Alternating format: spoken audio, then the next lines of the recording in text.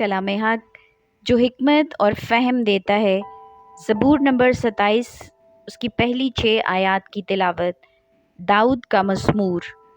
خداوند میری روشنی اور میری نجات ہے، مجھے کس کی دہشت؟ خداوند میری زندگی کا پشتہ ہے، مجھے کس کی ہیبت؟ جب شریر یعنی میرے مخالف اور میرے دشمن میرا گوشت کھانے کو مجھ پر چڑھ آئے تو وہ ٹھوکر کھا کر گر پڑے۔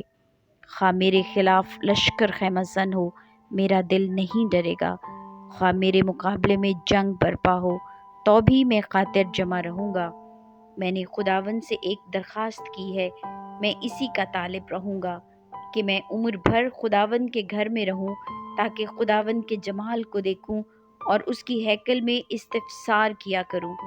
کیونکہ مصیبت کے دن وہ مجھے اپنے شامیانہ میں پوشیدہ رکھے گا، وہ مجھے اپنے خیمہ کے پردہ میں چھپا لے گا، وہ مجھے چٹان پر چڑھا دے گا۔